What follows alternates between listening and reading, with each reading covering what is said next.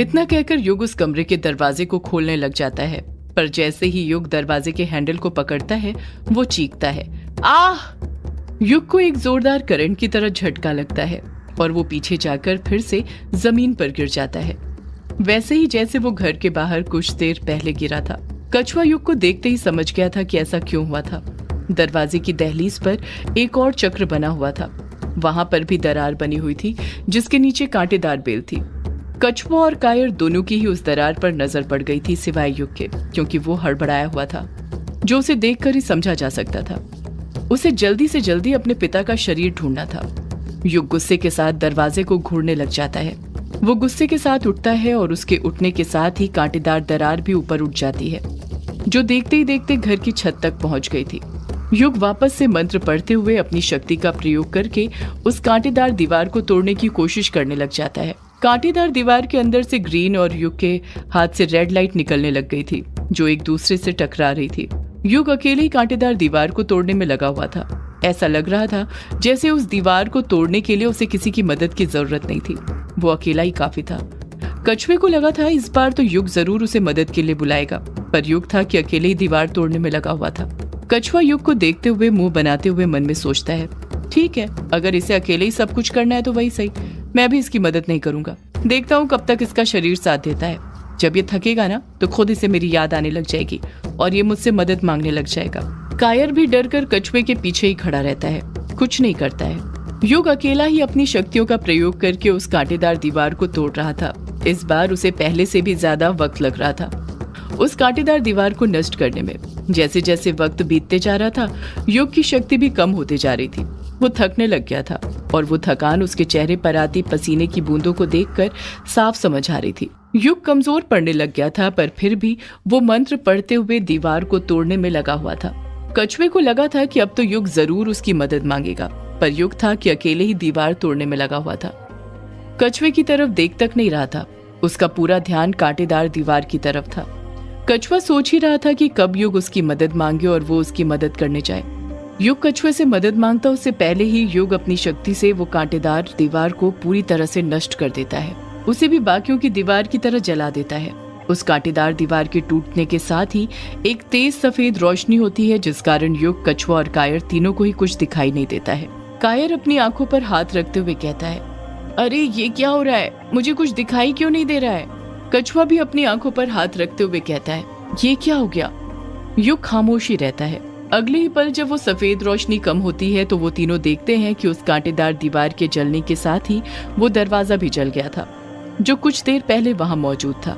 ऐसा लग रहा था जैसे उस दरवाजे का कनेक्शन उस कांटेदार दीवार से था, जिसके जलते ही दरवाजा भी अपने आप जल गया था, जैसे वो दरवाजा भी काली शक्तियों से बनाया गया हो। कांटेदार दीवार के जलते ही युग मंत्र पढ़ना बंद कर देता है। वो थकने लग गया था और वो थकान उसे भी महसूस होने लग गई थी। उसे अपने शरीर में कमजोरी सी महसूस हो रही थी। उसके सीधे हाथ की चींटी उंगली अपने आप हिलने लग गई थी। कछुआ युग को देखते हुए मन में सोचता है, युग तूने ये वाला चक्र भी तोड़ दिया तो क्या हुआ, अभी तो कुल मिलाकर 5 चक्र टूटे हैं। सप्तम चक्र के 2 चक्र अभी भी बचे हुए हैं, जिसे तोड़ने के लिए तुझे मेरी मदद की जरूरत पड़ेगी। युग जैसे ही थोड़ा सा स्टेबल होता है, उसे कुछ ठीक लगता है। वो बिना सोचे समझे अपने कदम कमरे के अंदर बढ़ा देता है। जब वो कमरे के अंदर पहुंचता है तो देखता है कि उस कमरे के अंदर बीचों बीच एक बड़ा सा काले रंग का ताबूत रखा हुआ था। उस ताबूत के जस्ट ऊपर ही छत पर लालटेन लटका हुआ था, जिसकी पीली रोशनी उस ताबूत के ऊपर गिर रही थी। उस ताबूत के आसपास का जितना एरिया था सब अंधेरे में लिप्त था। उस कमरे के अंदर ताबूत के अलावा कुछ और दिखाई ही नहीं दे रहा था। उस ताबूत को देखकर युग की आंखों में आंसू आ जाते हैं। वो रोते हुए उस ताबूत को एकटक नजर से देखते हुए कहता है, यही है, इसी के अंदर मेरे पापा का शरीर है। कछुआ और कायर को तो अभी भी युग की बातों पर यकीन नहीं हो रहा था कि सच में उस ताबूत के अंदर युग के पापा का शरीर था, वो ताबूत जिसे उन्होंने अभी तक खोला तक नहीं था। युग उसके अंदर अनुराग का शरीर रखे होने का दावा कर रहा था। कछुआ युग को घूरते हुए कहता है, तू कैसे कह सकता है कि इस ताबूत के अंदर तेरे पापा का ही शरीर है। युग ताबूत की तरफ ही देखते हुए रोते हुए कहता है, मैंने कहा ना, मैं अपने पापा के शरीर को महसूस कर सकता हूँ। ऐसा लगता है वो मुझसे जुड़े हुए हैं और वो यहीं पर है, इसी कमरे के अंदर, इस ताबूत के अंदर। उनका शरीर इसी ताबूत के अंदर है। कछुआ, मैं सच कहता हूँ, मेरी बात का यकीन कर। कछुआ मन में सोचने लग जाता है, ये युग इतने कॉन्फिडेंस के साथ कैसे कह सकता है कि इसी ताबूत के अंदर अनुराग अंकल का शरीर है। कायर मन ही मन सोचने लग जाता है, अगर एक बार के लिए मैं मान भी लूं कि इस ताबूत के अंदर अनुराग अंकल का शरीर है, तो फिर भी उनका शरीर इतने सालों तक किसने संभाल कर रखा था, वो भी इतनी हिफाजत के साथ इस ताबूत के अंदर। युग की जेब में अनुराग का पेन रखा हुआ था, वही पेन जो जाते वक्त उस काले साए ने युग को दिया था ताकि युग अपने मकसद से भटके ना। उस पेन के अंदर भी मूवमेंट होने लग गया था। वो पेन युग की जेब में ही हिलने लग गया था, पर युग का इस चीज पर अभी ध्यान नहीं था। उसका पूरा ध्यान एकटक नजर से ताबूत को ही देखने में लगा हुआ था। कायर और कछुआ इसी सोच में खोए हुए थे कि उस ताबूत के अंदर अनुराग अंकल का शरीर था या नहीं। वो दोनों ये सोच ही रहे थे कि युग उस ताबूत की तरफ अपने कदम बढ़ाने लग जाता है।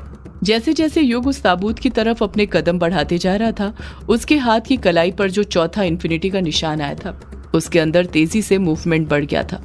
ऐसा लग रहा था जैसे वो इन्फिनिटी का निशान अपनी ही जगह पर गोल गोल घूम रहा हो। युग ताबूत को छूता उससे पहले ही इस बार उसे ताबूत के चारों तरफ दरार दिखाई दे जाती है और वो अपने हाथ को रोक लेता है।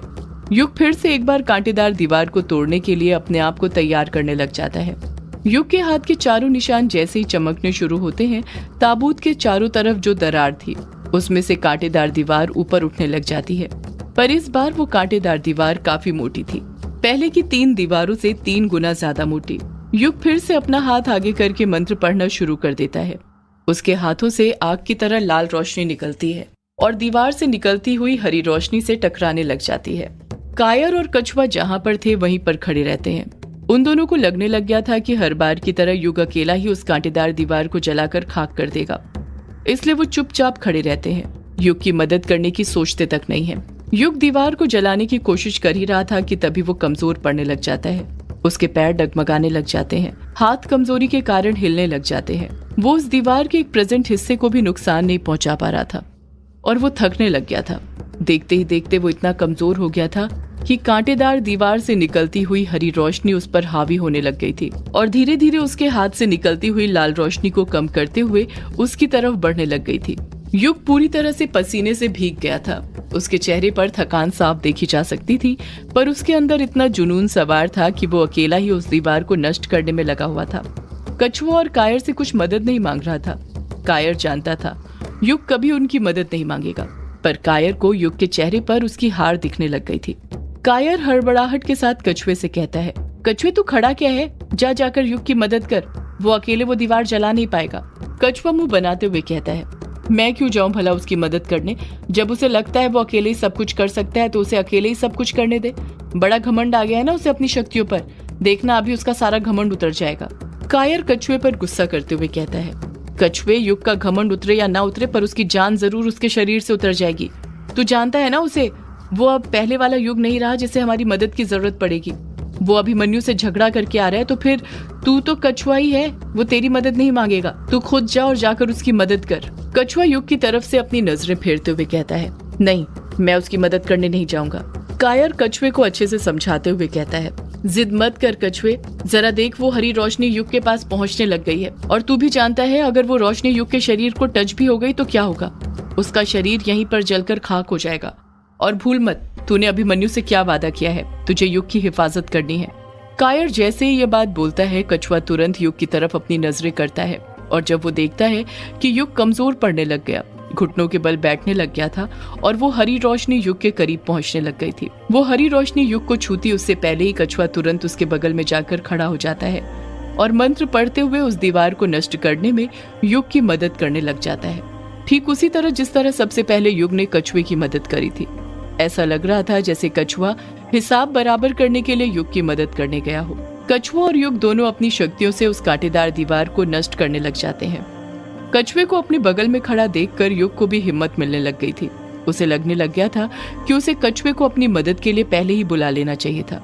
उसे लगने लग गया था कि अब वो अकेला नहीं था, बल्कि उसके साथ उसके दोस्त खड़े थे।